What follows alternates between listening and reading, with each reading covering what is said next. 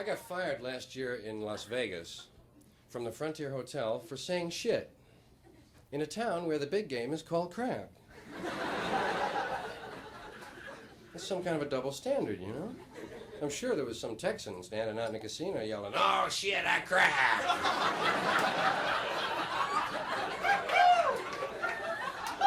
And they fly those guys in free, you know? Fired me. Shit. You get as much trouble saying shit as you can smoking it down there. Shit's a nice word. It's a friendly, happy, you know, kind of word. Handy word. Middle class has never really been into shit, you know, as a word. No, not really comfortably, not completely into it, you know, not really relaxed with it. You'll hear it around the kitchen if someone drops a casserole, you know. "Oh, shit! Oh! Oh, look at the noodles! Oh, shit! Don't say that, Johnny, just hear it. Oh, shit." Sometimes they say shoot. But they can't kid me, man. Shoot is shit with two O's. No one ever uses the word shit really literally, you know? It's always figurative speech. "Hey, get that shit out of here, will you? Just move that shit away. I don't want to hear that shit. Give me that shit. I don't have to take that shit. I'm not full. You're full of shit. You kind of a shithead or something? I don't need that shit." It's always figurative. You never hear anyone say, "Look at the shit, Martha. Wow. Little piles of shit in the street. Wow." They don't say that. They have other words for that. Doo-doo, caca, poo-poo. And good old number 2. Could never figure that one out, man. How did they arrive at that? Out all the numbers, 2 gotta mean shit. Why didn't they pick 13? Right? They didn't like that one anyway. That'd be easy to remember. 13 means shit and bad luck, right? I got it. My dog does number 5. Yeah, that's 3 1s and a 2. Your dog does that, right? Dogs do a lot of number 1s, man. They really do. They hold that and they spread it out all over town if they can. Because they know if they do 1 all at once, you take them right up the house again, man. They save 1, little here, little there, man. They can do 20, 25 number 1s sometimes. I told my little girl, you know, that our dog did number 5. I said, "Hey, Bogey did number 5, you know, 3 1s and a 2. Ah!" She thought that was great. She kept running back for an hour, man, telling me different combinations, right? "Hey, did 21, 10 2s and a 1. Ah!" Kids are like that. They love a joke, man. They really run with it forever. Just 4,000 variations on a theme. Hey, another aspect of the word shit. To the drug community, a nice term. Sounds. What is Time Magazine calling it this week? Drug culture, mini culture, micro culture, whatever they do. They have a million hyphens over there at Time Incorporated. Throw them around. Yeah. To the doper, shit means something very special. Shit means shit. Yeah. Whatever you smoke, drop, shoot, snort, rub into your belly, or whatever, is your shit. Especially grass, most often referred to as shit. Yeah. Got any shit? No, I'm out of shit, man. Why don't you lend me some shit? You already owe me some shit.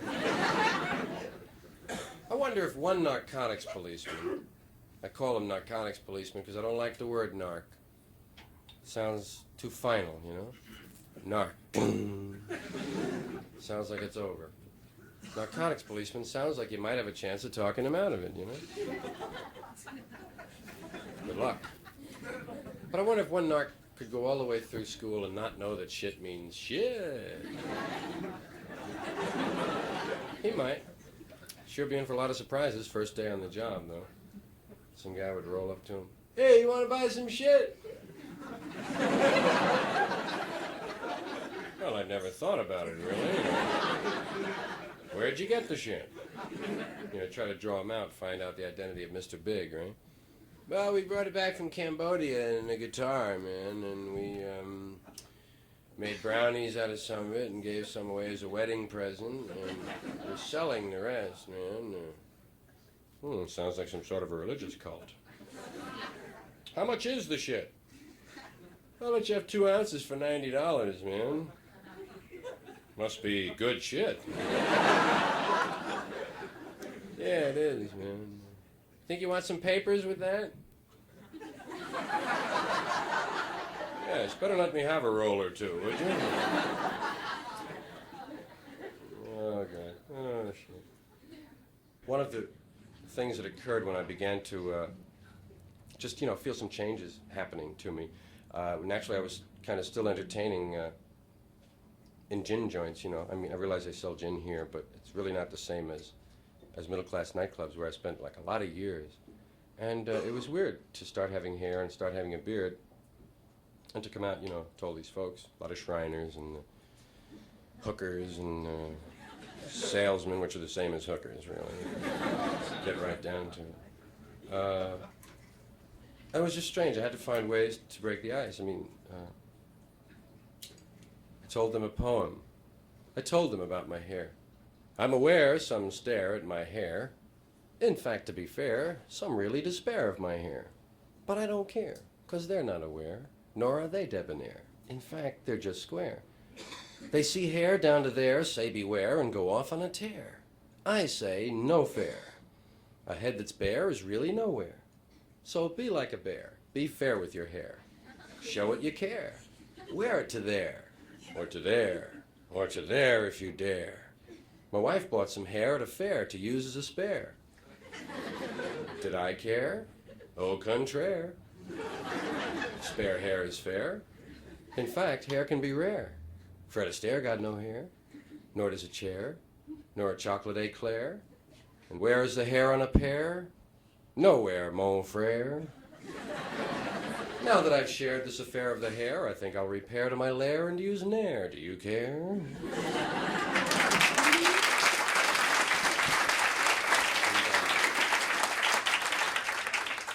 Here's my beard, ain't it weird? Don't be scared, just a beard. That's the thing, the word beard shook a lot of people up. Beard. It's not American sounding. Beard. Lennon had a beard.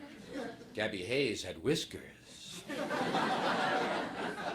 Monty Woolley had whiskers. Yeah. Well, anyway, I mention hair because I've only had extra hair for about a year now, and actually it's the same hair I always had, just used to be on the inside. I'm wearing it in a new location, that's all. And I found there are some advantages to longer hair. For one thing, it covers the pimples on your neck. One of the disadvantages of longer hair, a lot of people think you're a commie fag junkie. And it's tough to talk about the 3 things at once, What would a commie fag junkie sound like, anyway? Workers of the world unite.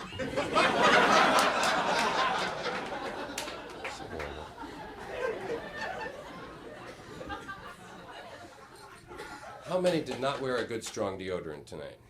Don't raise your hands, no. 5-day deodorant pads would have to be the strangest product yet to emerge from the business mind. 5-day deodorant pads. Sounds like a curse of some kind. And tell the truth, now be honest. When you first heard of 5-day deodorant pads, how many of you thought you had to wear them? I always catch a few. 2 years I wore those mothers. A lot of laughs at the beach, Hey, look at the goofy guy. He's got things under his arms. Scope. Has anyone here ever received a bottle of Scope? Has anyone here ever sent anyone a bottle of Scope? It just seems like such a cruel thing, I often think of the borderline psychotic. Just needs one more thing to go wrong, Going down to the mailbox. What's this? Scope. Scope. Up on the roof with the Magnum, right? 9 dead, and they blame Marine training. Bad breath, yeah. Anyone can have bad breath, Marge, but you could knock a buzzard off a shit wagon. Remember that? That's it.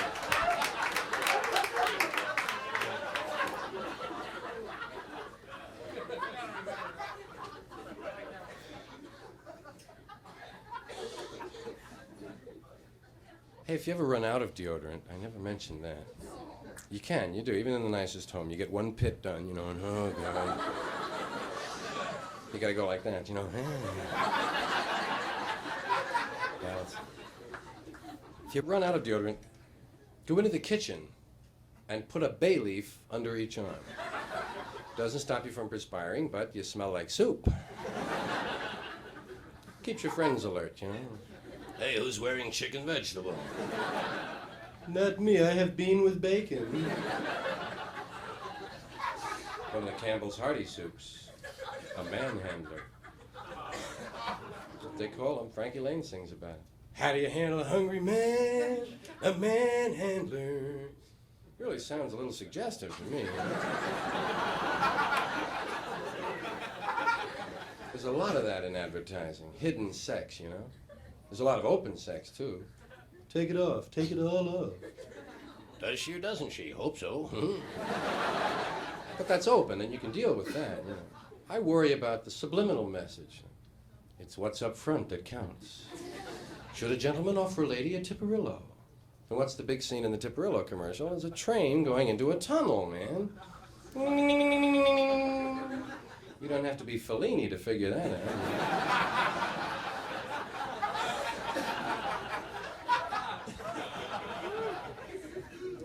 But not all of the sex in those commercials is wholesome, normal, good old-fashioned American man on top, get it over with quick. Sometimes it's bizarre. I'd walk a mile for a camel.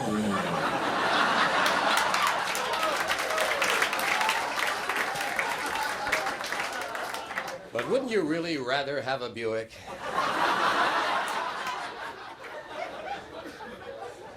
I can get my hands on a Toyota. Well, they say Plymouth makes it. Let's make it with Toyotas. And the cigarettes are obscene. Doral, taste me, taste me. A few years ago, eat me was a bad word. You couldn't say it on television. Now they got male models running around singing it. Taste me, taste me. Winston, me and my Winston, we got a real good thing. What are they doing with those cigarettes?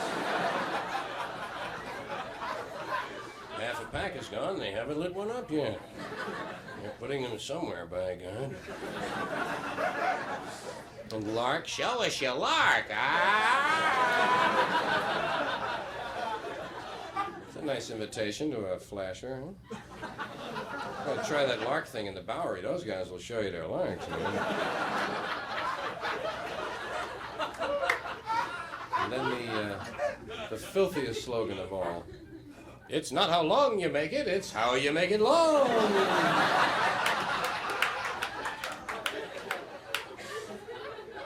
Fortunately, that's based in truth, so it's easy to take.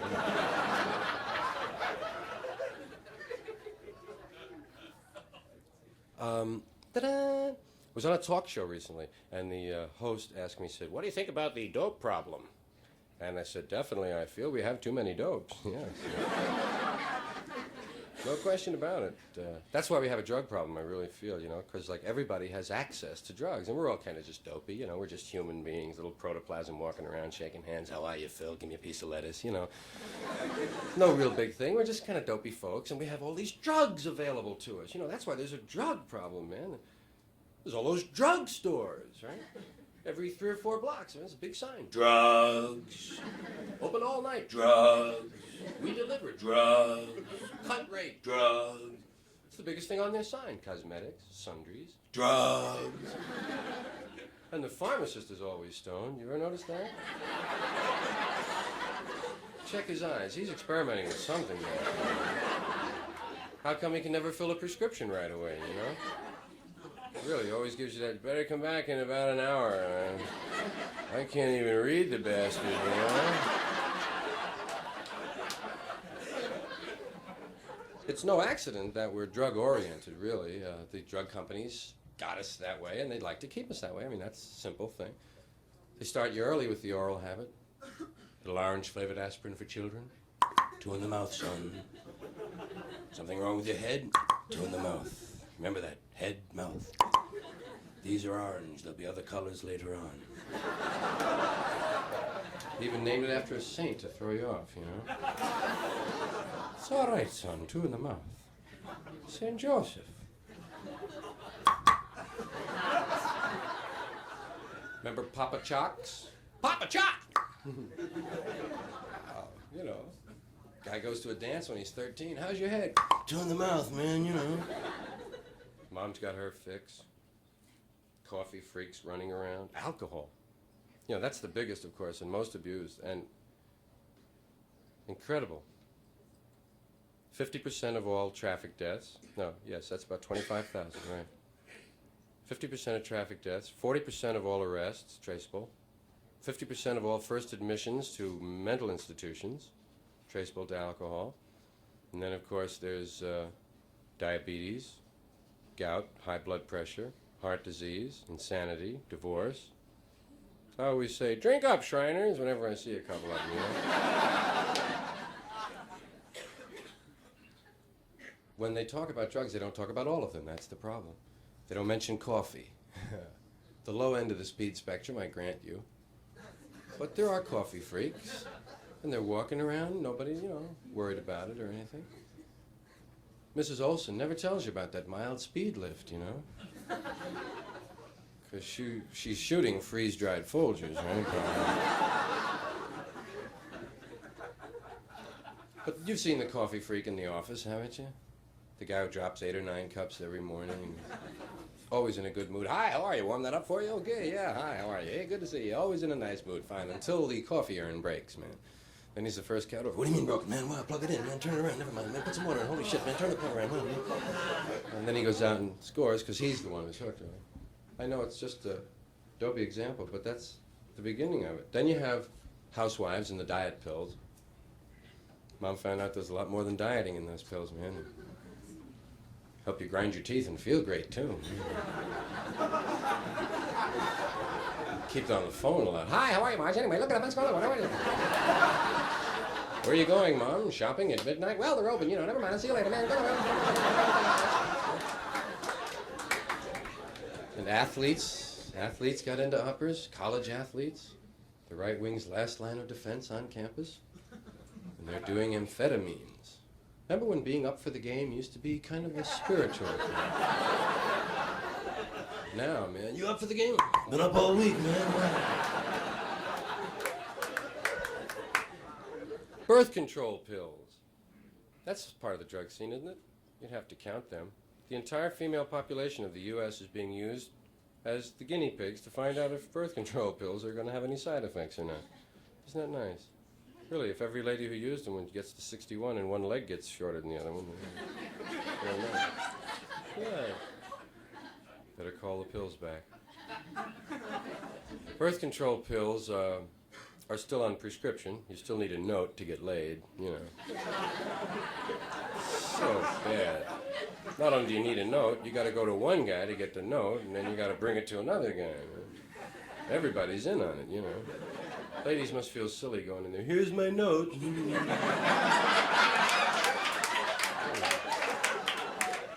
Oh, that's what you're doing at home, eh?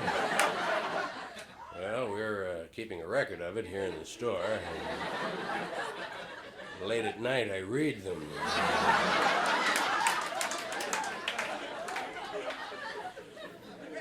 Well, someday birth control pills will come off prescription. And when they do, they'll need those cute little catchy names that the patent medicines have. They'll sell birth control pills, in the corner drugstore. There'll be 1-cent sales at Rexall. There'll be attractive little cartons, merchandising campaigns, a special Christmas package, and they'll be right up there with the Schraff's 2-cent mints at the cash register, Take your change in birth control. And they'll need those cute little names which describe what the product does. Names like, well, we have so many patent medicines today. Sleep Ease, No Dose, Denture Grip, Orifix. Sounds a little freaky, that one, I don't know. Listen, may I have an Orifix?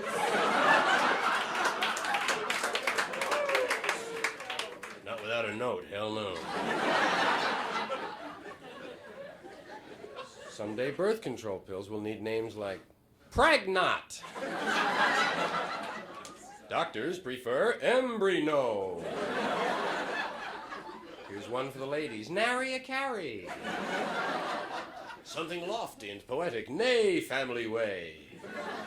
Something earthy and crude. Mom bomb. Something for the youngsters. Junior miss. Here's a real man's product. Inconceivable. Mommy knot, fetus fail, kitty kill, papa stomper, whatever you want. Womb broom, Humpty Dumpty, They're clever guys. I wouldn't be surprised if they come up with a birth control pill that doesn't work all the time. We call it Baby Maybe. Available in the 6-pack, the sex pack, and the handy shack pack for you weekenders. One for home, one for office, and one for the glove compartment, guys. And don't forget to save those wrappers. Remember that? You always save 60 wrappers and get some azalea seeds. Here's a phone call that'll never take place. A common phone call that will never occur again once birth control is universal. Once everyone has a way to plan, no bachelor will ever have to fear this phone call again. And they fear it. So do married men. It's a scary call if you're fertile at all. Hello. Hello? Dave? Yeah, this is Dave. Who is this? This is Jane. Jane? Jane who? Jane. Jane? Jane. You met me at a party about 6 to 8 weeks ago. And you said I was a real good sport. Oh, Christ, yeah. Jane. How are you, Jane? Pregnant. And I'm gonna jump out the window. Say, you are a good sport, aren't you, Jane?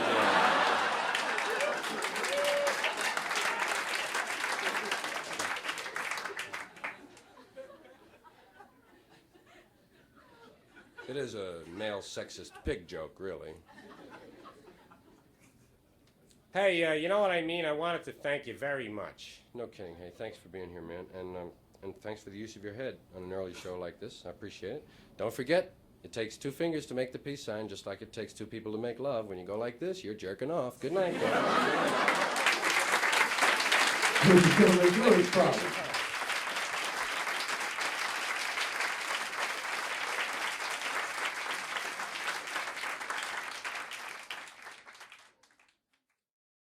I was a disc jockey when I was 19. I was lucky. I found a job, when I should have been still learning about it. And it inspired wonderful wino and Willie West, a character of mine. Radio stations, of course, changed personnel rather rapidly. Willie West is no longer at Wonderful Wino. He's been replaced by Scott Lame. Hi, gang! Scott Lame here! The boss jock with the boss sounds from the boss list of the boss 30 that my boss told me to play. Right here on the nifty 850.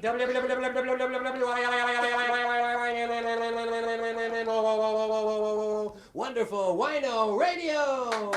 Wonderful Wino! The big sound in the big town. Wino time, bing bong, 5 minutes past the big hour at 5 o'clock. Hey, we'll get started one of the big sounds this week. Number 5.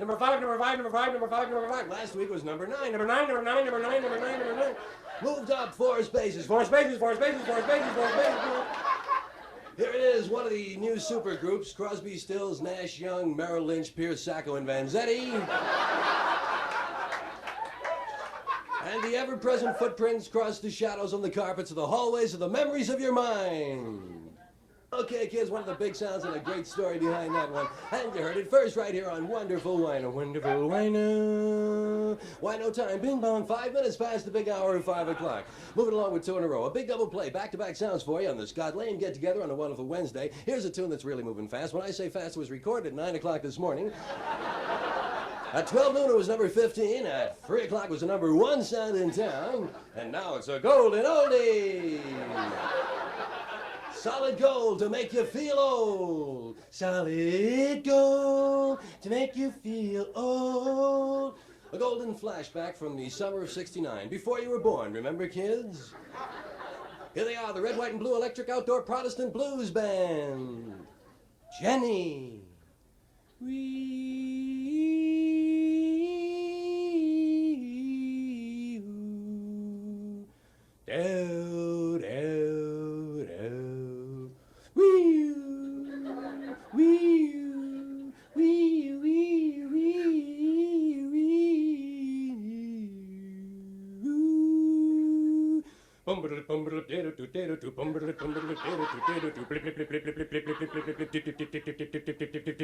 Jenny. Okay.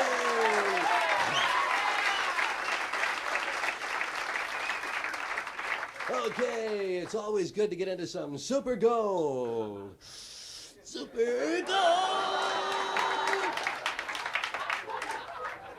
Okay, we'll take about 5 minutes out here for the latest news from around the world from the award-winning Wino Newsroom, and then back with more of the big sounds for you here on the Scott Lane Get Together for Wonderful Wednesday afternoon. Wino time, ping pong, 5 minutes past the big hour of 5 o'clock. As soon as we come back, we'll be listening on Medical Records, Won't You Take My Heart by the donors, and My Body Is Rejecting Your Heart by the recipients. But first, Wino News! Wino News! Wino News!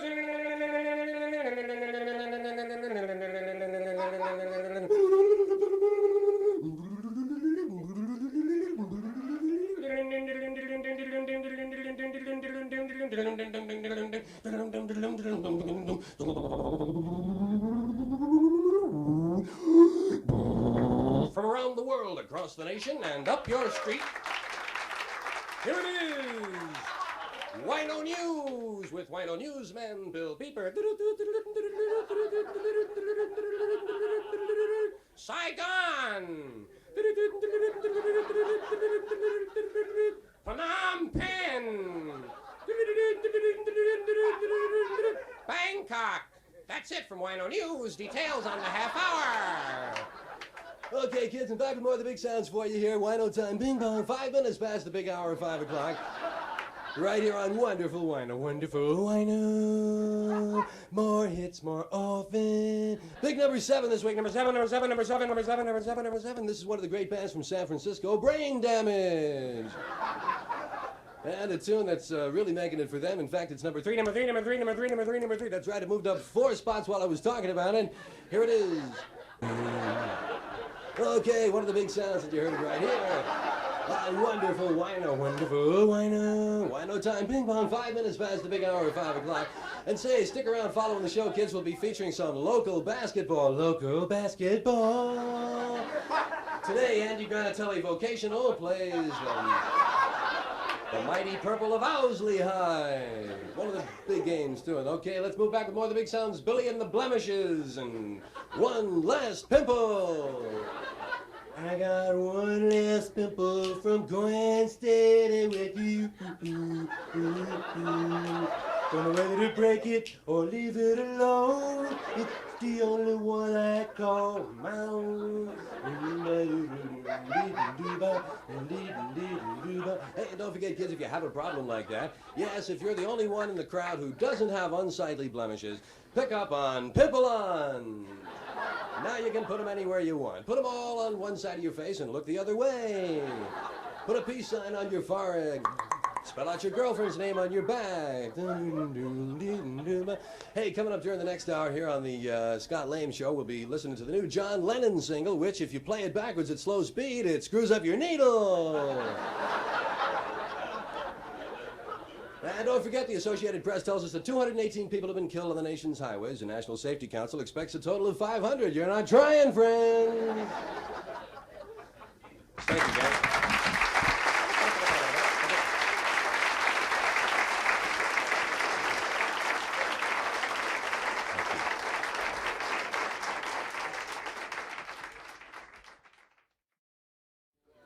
Now there are a lot of couples shows. There's dating game, newlywed game, family game, baby game. They don't have divorce game. You've seen the shows, bunch of couples sitting around giggling. Ask them dopey questions. Do you have any pet names? Yes, Godzilla.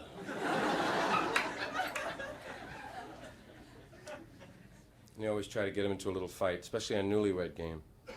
If her answer doesn't match his answer when he comes out, they make him fight a little, you know. What do you mean chocolate? Chocolate? Jesus, chocolate. Pistachio, man. He says chocolate, you know? You're not getting any tonight.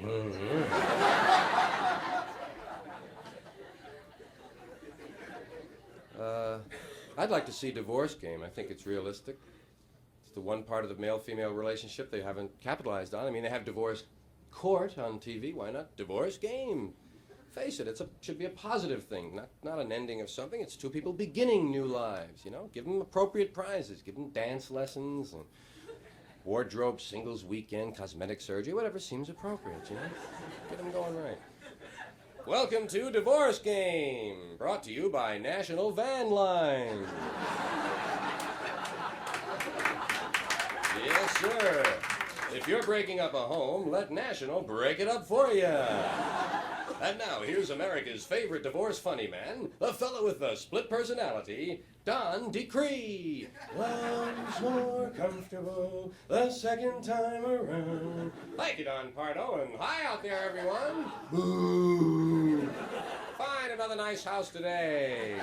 Welcome to Divorce Game, the show where some lucky couple actually wins a legal divorce right on the air and spends an exciting week together here in Hollywood as our guest at the fabulous Veterans Hospital. And a little later on, we'll be playing our home divorce game. That's where we call a housewife at random and tell her husband is downtown drinking with another woman. Yes, sir.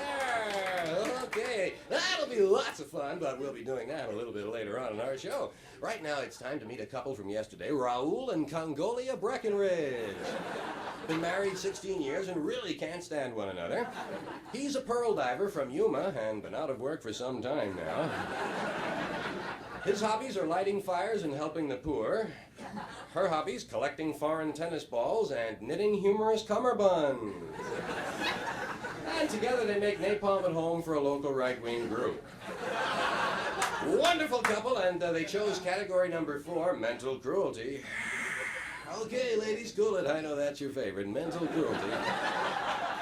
And yesterday, you awarded them a divorce right here on our stage, and now it's time to determine the custody of their children. We'll spin the big custody wheel. And we'll find out who gets who. Congolia, what are the ages of your children? Well, we have triplets, 6, 5, and 1. Okay, let's spin the big custody wheel and find out how many she'll get to keep.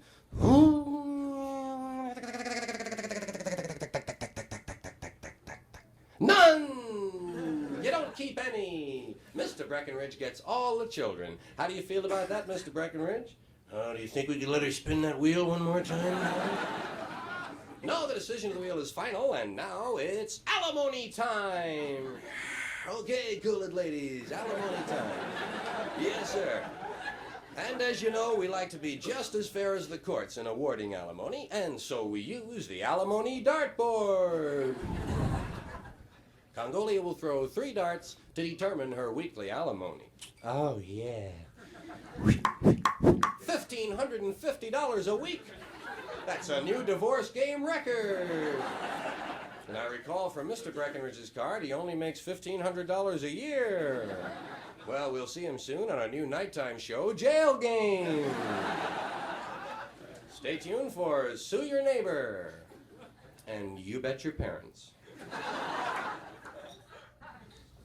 Ed Sullivan. Everyone does Ed Sullivan now. Even agents can do Ed Sullivan. I'm sure that somewhere in the world there's a goddamn bear that can, just from being on the show, you know, and watching Ed from the wings, you know, you pick it up. Now, I know that a lot of guys do Ed Sullivan on kind of an amateur basis, and I'm here to help. It's, you know, kind of replace the lampshade for men at parties. Now, dig it. When you do your Ed Sullivan impression, don't worry about the voice or the mannerisms. Just the acts you introduce. The stranger, the freakier the acts are, the better your Ed Sullivan will be. I'll now start my Ed Sullivan. I do the John Biner Ed Sullivan, by the way. Many of the comics prefer the Will Jordan. But the John Biner Ed Sullivan is cued for my ear by saying the phrase, well, now you know. But now you know. But now you know right here on our show. But now you know. I'll get him. But now you know. But now you know right here on our show. Now, just after Connie Francis, her tribute to Carmen Basilio, and immediately following, or just following, the waltzing mice, the Maori fire eaters, and just before, is that just before or just after? During the aerial photographs of Kate Smith, the entire female population of Guadalajara will run out on our stage and yell out their brassiere sizes. Now in our audience tonight, now you know, sitting out there in our audience, where are you now? There you are. The Loch Ness Monster. That's all that's really here. That's really here. He swam all the way from Scotland. And also in our audience, now where are you? There you are. The world's largest nun. Don't stand up, sister. But now you know. Now you know next week on our show. The Bronze Age. With excerpts from the Protestant Reformation. What would be the ultimate Ed Sullivan act? It would have to be everything that has occurred since eternity. Or maybe, how about Ed just staring back at you for an hour? How are you? I'd like to see them one time. Well, it's over now. No one got a chance to thank Ed either, man. You dig that? The last one that they taped, they didn't know it was going to be the last one because they were due to go into reruns the next week, and then it was canceled after it was in reruns. So at the actual last show after 23 years, nobody really, knew the vibes they were into. What a shame. I would like to have been there just to say, thanks, Ed! No kidding, man. Thanks for all them crazy acts and everything in all those years. Wow. Thanks for the Beatles, Ed. Ed made sure we got them, man. And Elvis, yeah.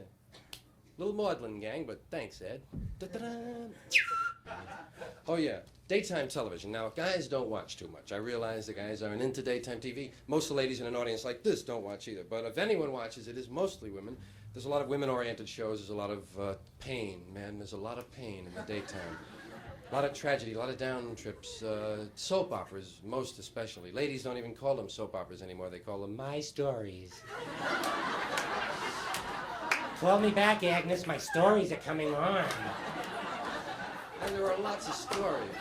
And they all have doctors in them, man. Doctors in everything. Even if it's not about doctors, he'll be along. There's not much happiness in the daytime, even on the quiz shows, where you'd expect to find an occasional winner and a little joy. They rarely have a winner anymore. They really don't get to play the games anymore. Damn rules take too long to explain. By the time they get to the first question is, can you come back tomorrow? We're out of time. You've heard the rules. Well, you know how we play our game, don't you? The champion, Mrs. Muckenfuss, will get the first question. If she answers correctly, the challenger, Mrs. Fussmucker, will spin the big prize wheel to determine the champion's prize. If the wheel stops on a prize already won by the champion, she'll have to forfeit the prize and draw a number for a new category. If the wheel stops on a prize not yet won by our champion, she'll have a choice of either accepting the prize or taking a prize from the challengers list, in which case the champion forfeits her turn and chooses the challenger's home partner from the revolving drum. We'll call the challenger's home partner on the phone. We'll ask her 15 questions. If she can answer all of them correctly, she can select a number from 1 to 900. The champion will then spin the big prize wheel to determine the amount of money won by the challenger's home partner. Well, that's what happens if the champion answers correctly. If she answers incorrectly, she has to give us her firstborn male child.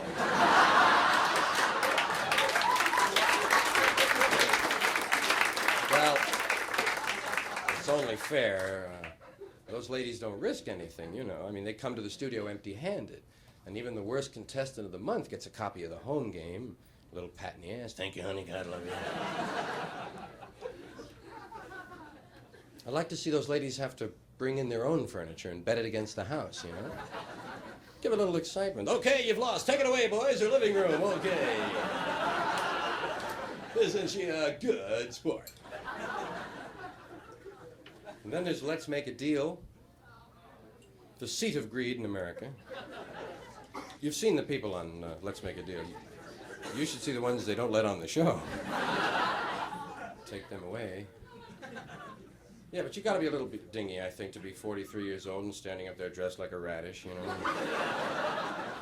And the ladies, God love them, they show that greed when Monty shows the money. Hi, I'm Monty Hall, and I have $500. Not anymore, Monty. Okay, you have the $500. What would you like to do? Keep the $500, or do you want to buy what Jay has in this box he's bringing down the aisle? Jay, you want to bring that box on down? Jay, look out for the cord. Jay, look out, Jay. Well, now we know what Jay had in the box. It was a cheese straightener. Deluxe Model 2. Okay, what do you want to do? Do you want to keep the cheese straightener, or do you want the $500? Or do you want door number 1, door number 2, or door number 3? Oh, Christ. Oh, Monty. What were the doors again?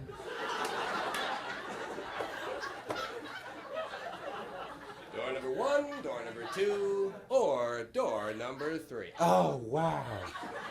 Oh, all right, okay, all right. No, wait, okay. All right, no, wait. Oh, wait, Monty. Door number 1, 3, 2, 8. No, wait, hold on. 2, what, wait, 1 or 2, 1, 3, 1, 3, wait. Okay, wait, I didn't go yet. Definitely 2, 1, wait, 3, wait, no.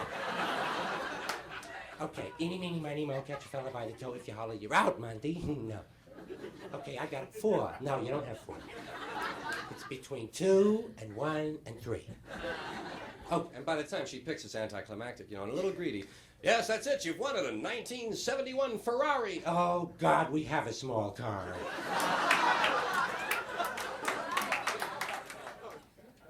It's 8 o'clock in Los Angeles. It's 9 o'clock in Denver. It's 10 o'clock in Chicago. In Baltimore, it's 6:42.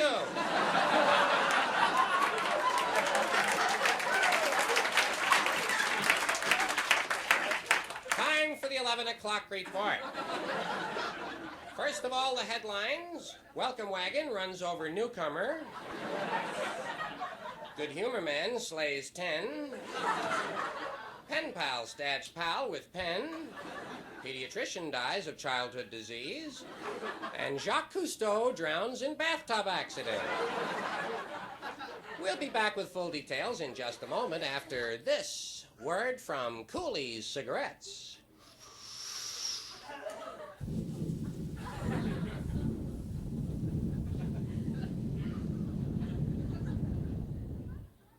You know something, Bill? These cigarettes of mine, they taste like crap.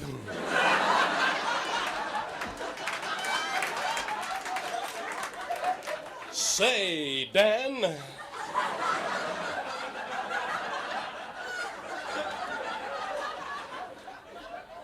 Crappy taste. Why don't you try the cool, refreshing taste of Cooley's? Coolies, eh? You smoke 'em? Nope, found 'em in the subway toilet.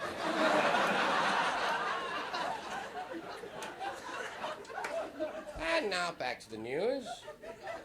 History's 135th heart transplant operation was performed yesterday in New York City. One unusual note, the heart transplant took place in Central Park at midnight, and the donor's family was not consulted. Dr. Timothy Leary's brother, really Leary, today announced the formation of a new religion which teaches that when you die, your soul goes to a garage in Buffalo.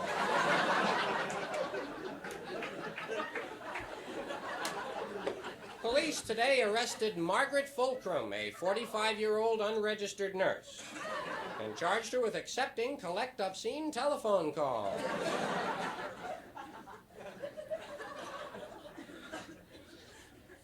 Famed television announcer Charlie the Tuna was found dead today of mercury poisoning. Sorry, Charlie. Good news from the Far East. No one was killed in Vietnam today. However, 3 people died of old age at the Paris peace talks. And former French President Charles de Gaulle rose from the dead today, just to show everyone he could really do it. Well, that's it from the news desk. For the latest in sports, here's Biff Barf.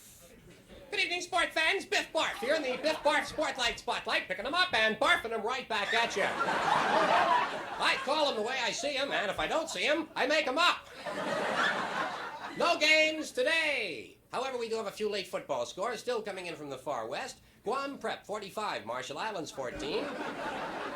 Mindanao A&M 27, Molokai 10. Caltech 14.5. MIT 3 to the 4th power. William and Mary 6, Nick and Tony 105. And here's a partial score, Stanford 29. Well, that's it, kids. That's it from the scoreboard in the world of golf today in the Fats Domino Desert Classic. First round leader Willie Waterhazard had a birdie, 2 eagles, and a duck this afternoon. Meanwhile, the favorite Gary Fairway was way behind, scoring a record 609 strokes on the front 9 when he accidentally stepped aboard a bus to Minneapolis while playing a difficult lie from the highway. Well, that's it, sport fans. Join me tomorrow afternoon on the ever-widening world of sports when I'll be presenting the National Two-Man Pall Bearing Championships. And next week, I'll be a guest hunter on American Sportsman. 6 of us are going to kill a rabbit. Now, with the latest in weather, here's Al Sleet, your hippy-dippy weatherman. Hey, hey, possum! Okay, what you call your possum? Al Sleet, hippy-dippy weatherman, brought to you by Parsons Pest Control. Do you have termites, water bugs, and roaches?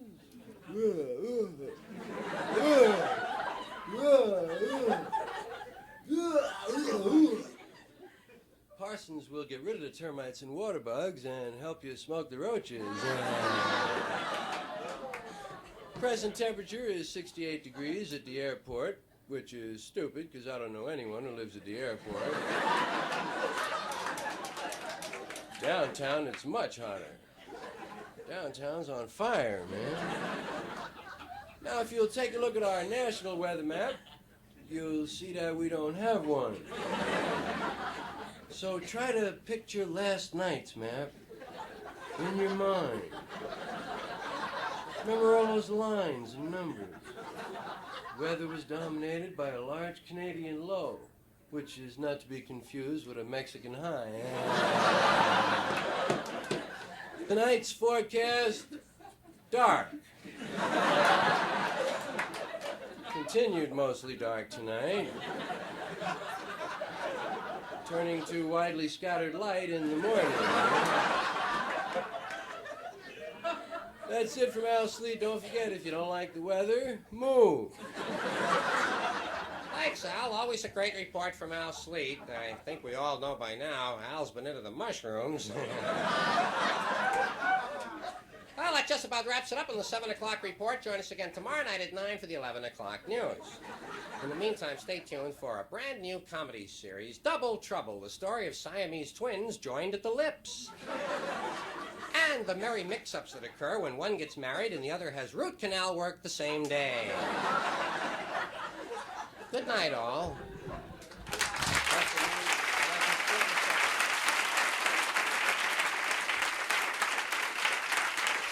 Thank you. Thank you, man. Thank you. Thank you.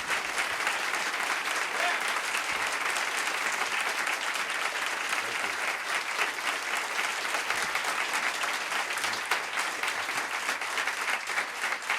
Yeah, man.